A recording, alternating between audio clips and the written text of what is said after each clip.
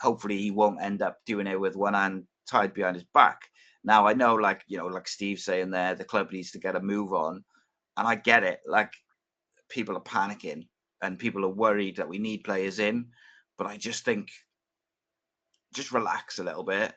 I think the signings will come, and I think if we go into the end, if we get out of this window and we've held on to like an Alex Robertson, or we've held on to a Yusuf Salic or a Ruben Colwell, or these type of players, and we've added one or two in, then I think he might really do some interesting stuff, Brian Barry Murphy. The problem is modern football fans generally, not just Cardiff fans, modern football fans generally don't have a lot of patience, and that is my one concern with Barry Murphy, with his project, with a young squad that we have, is that maybe fans get a bit frustrated if it doesn't.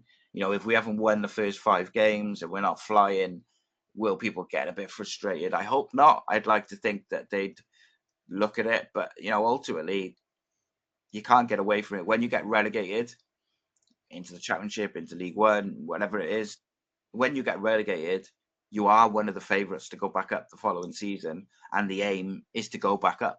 So regardless of whether we've got the youngest squad in the league, regardless of whether it's a 2-3 year project to get these young academy graduates to the level, the fans, the media, maybe even the boardroom, their aim, they're going to be all about promotion. And if we're not in the mix for it, there's going to be pressure on Brian Barry Murphy. There's going to be more pressure on the players.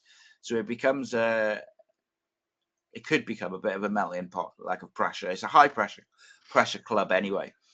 But yeah, tell me what you think about that, just while, and then we'll go to some comments.